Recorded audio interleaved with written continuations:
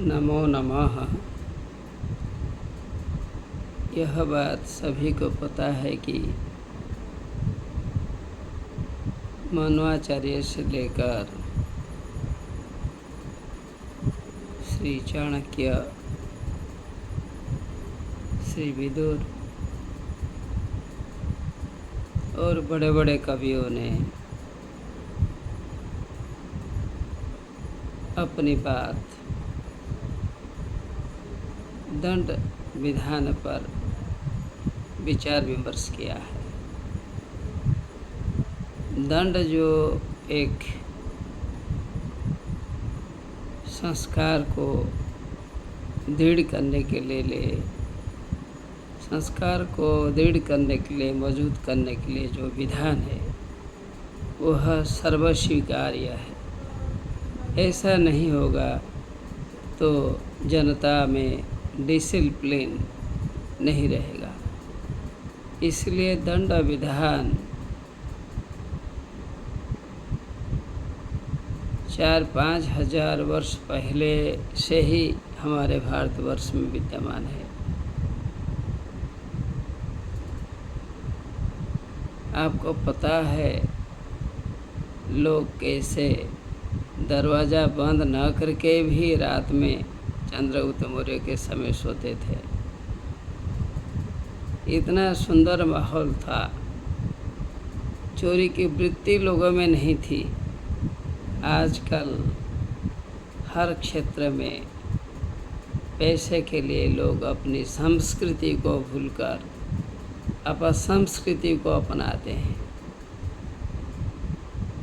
अर्थ अनर्थ का कारण बन गया है। किसके लिए? मनुष्य के लिए। कौन से मनुष्य के लिए? जो अविवेक है। अविवेक अविवेकी बहुत बड़ा दोषी होता है। जिनमें अविवेकिता होती है वह समाज को ध्वंस के ओर ले जाता है। इसलिए हमारे न्याय के विभिन्न कार्यालयों में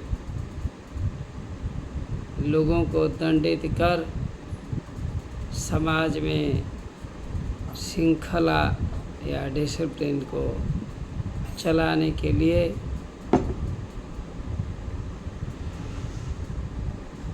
हमेशा दिग्दर्शन देता रहता है, आज भी देता रहता है।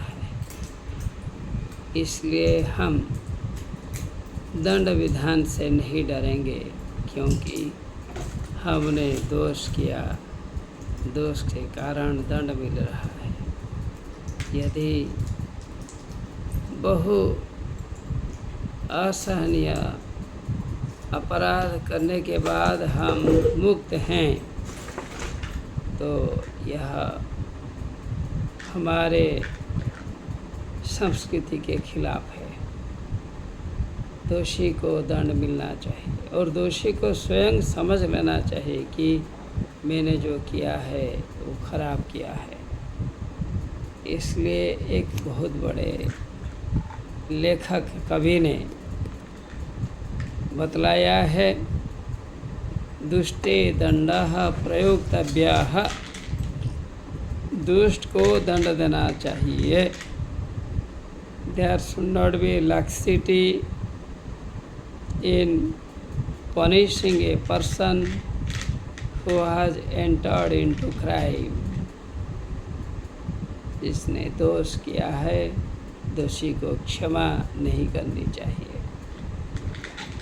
शतोपदेश प्रबंध में यह बात बतलाई गई है। यह हमारी बोली नहीं है, यह बोली उसी किताब की है जहाँ दंड विधान के विभिन्न नियमों का उल्लेखन किया गया है। समाज को सुसंस्कृत करने के लिए दंड विधान है।